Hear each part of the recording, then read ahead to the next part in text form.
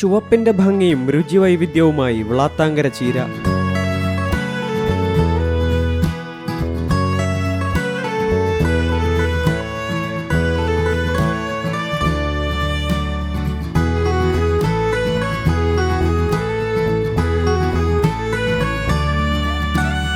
ഒരു നാടിന്റെ പേരിലാണ് ഈ ചീര അറിയപ്പെടുന്നത്. നെയ്യാറ്റിൻകര താലൂക്കിലെ ചെങ്കൽ ഗ്രാമത്തിലെ വ്ളാത്താങ്കരയിൽ നിന്നാണ് ഈ ചീര ഇനം. നിറവും രുചിയുമാണ് വ്ളാത്താങ്കര ചീരയുടെ സ്വീകാര്യതയ്ക്ക് പ്രധാന കാരണമായി പറയുന്നത്.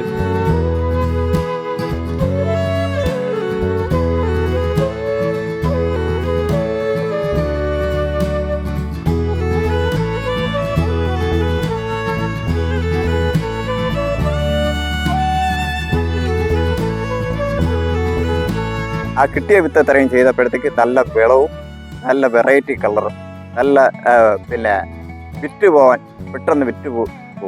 അതിൻ്റെ കളർ കൊണ്ട് 30ാമത്തെ ദിവസം ഇത് ഉറപ്പായിട്ടും വിളവെടുക്കാം.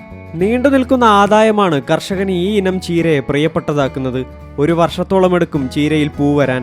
അത്രയും കാലം വിളവെടുക്കാമെന്ന് കൃഷിവകുപ്പ് ഉദ്യോഗസ്ഥർ ചൂണ്ടിക്കാട്ടുന്നു. ഇത് കൃഷി ചെയ്യുമ്പോൾ നമുക്ക് ഒരു വർഷം വരെ വ്ളാത്താങ്കര ചീര നമുക്ക് പരിപാലിച്ചെടുക്കാൻ സാധിക്കുന്നുണ്ട്.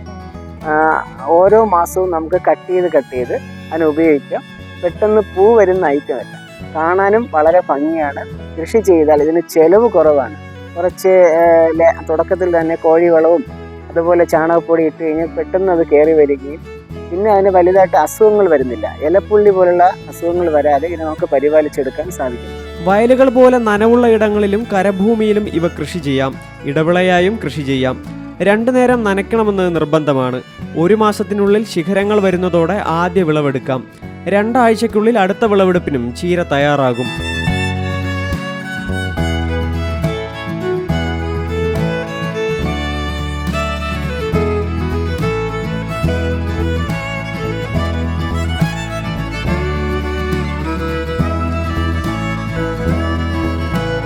വിഷരഹിത പച്ചക്കറി കൃഷി പ്രോത്സാഹിപ്പിക്കപ്പെടുന്ന ഈ കാലത്ത് കുറഞ്ഞ പരിപാലന ചെലവിൽ മികച്ച ആദായം നൽകുന്ന വ്ളാത്താങ്കര ചീര ശ്രദ്ധ നേടുകയാണ്.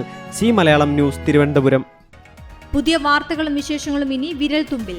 എല്ലാ ഡിജിറ്റൽ പ്ലാറ്റ്ഫോമുകളിലും ഇപ്പോൾ സി മലയാളം ന്യൂസ് ലഭ്യം.